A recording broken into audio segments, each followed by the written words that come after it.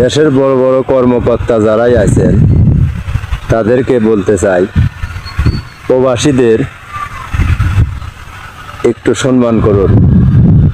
আমার জীবনে আমি দেখেছি কত পরিবার না খায়া দিন গেছে। আজ তাদের পরিবার প্রবাসী যায়া আজ দেশে গ্রামগঞ্জে সব জায়গায় সচল। তারা প্রবাস জীবন যদি ত্যাগ না করতো বা বৌছাল বল ফেলে হয়ে না যদি যেত, এতটা উন্নতি হতো না। ক্ষমতায় শেখ হাসিনাও ছিল, সেও কিন্তু থাকতে পারে নাই। আজকে আপনি ক্ষমতায় আইছেন, কালকে থাকতে পারবেন না, এটা গ্যারান্টি। আজ আছে কাল নাই। ভালো কিছু করলে তার জীবনে চিরদিনই সব জায়গায় ঠিক, ভালো না করলে কেউ কিছু করতে পারবে না, এটাই গ্যারান্টি। আজকে আমাদের গ্রামে রাতের অন্ধকারে সার আসে, রাতের অন্ধকারে শেষ হয়ে যায়।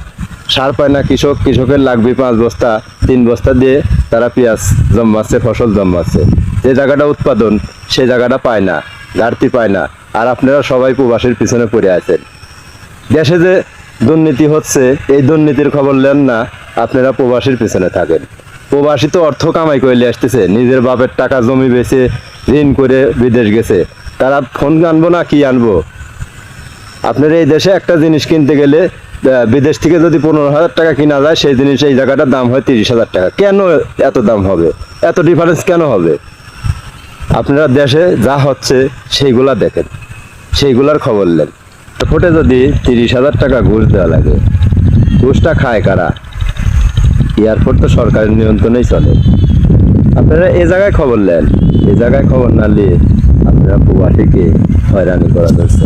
দেশবাসীর কাছে একটাই অনুরোধ, ভিডিওটা যার কাছেই যাবে দ্রুত ছড়ায় দিন। ভালো থাকবেন, সুস্থ থাকবেন।